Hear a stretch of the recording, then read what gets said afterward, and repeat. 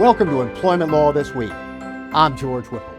As the year draws to a close, we're taking a look back at the biggest employment law stories. We caught up with Epstein Becker Green attorneys at the firm's annual workforce management briefing to find out what defined 2025 in their practices.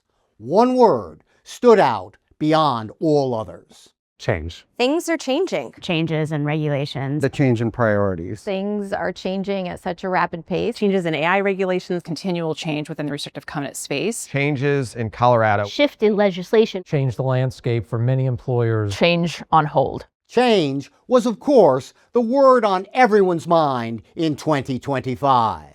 The year began with a new administration that made it a priority to shake things up, beginning with the federal workforce. Well, for me, I came from the Department of Justice after 24 and a half years, so it has to be the downsizing of the federal government and the change in priorities of the Trump administration. The president has also asserted the authority to fire Senate-confirmed members of several multi-member agencies, including the FTC and the NLRB.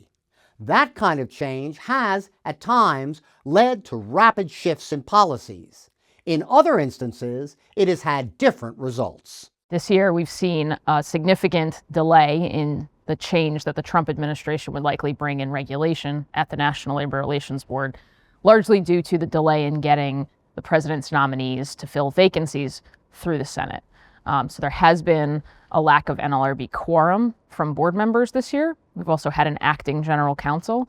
And so that's just delayed some of the policy making that we would expect when a new administration comes in. While the firing of board members at the NLRB and other agencies triggered court battles and delays, the new administration was able to make immediate and significant changes to how the federal government regulates diversity, equity, and inclusion.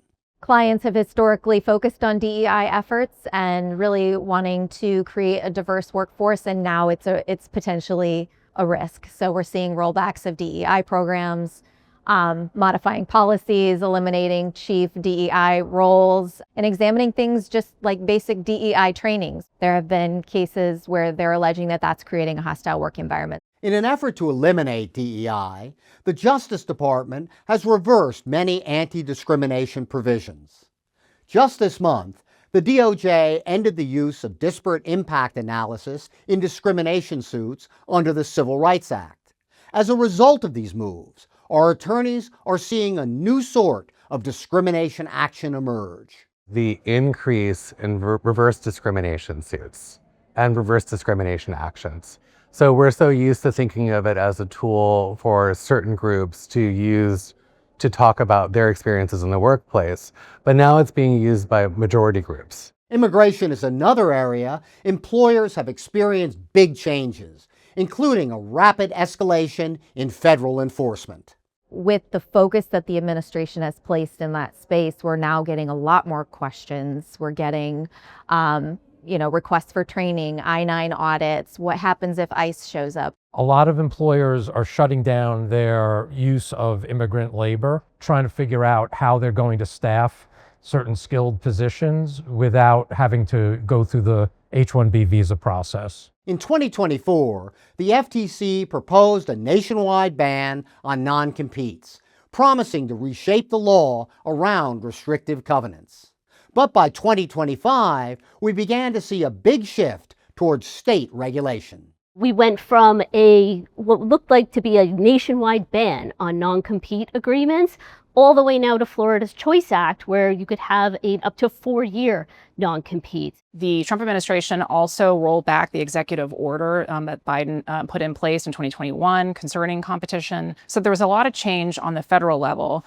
On the state level, there were over half a dozen states that passed legislation restricting non-competes in the healthcare space itself. At the state and local level, we have seen significant change in all areas of employment law.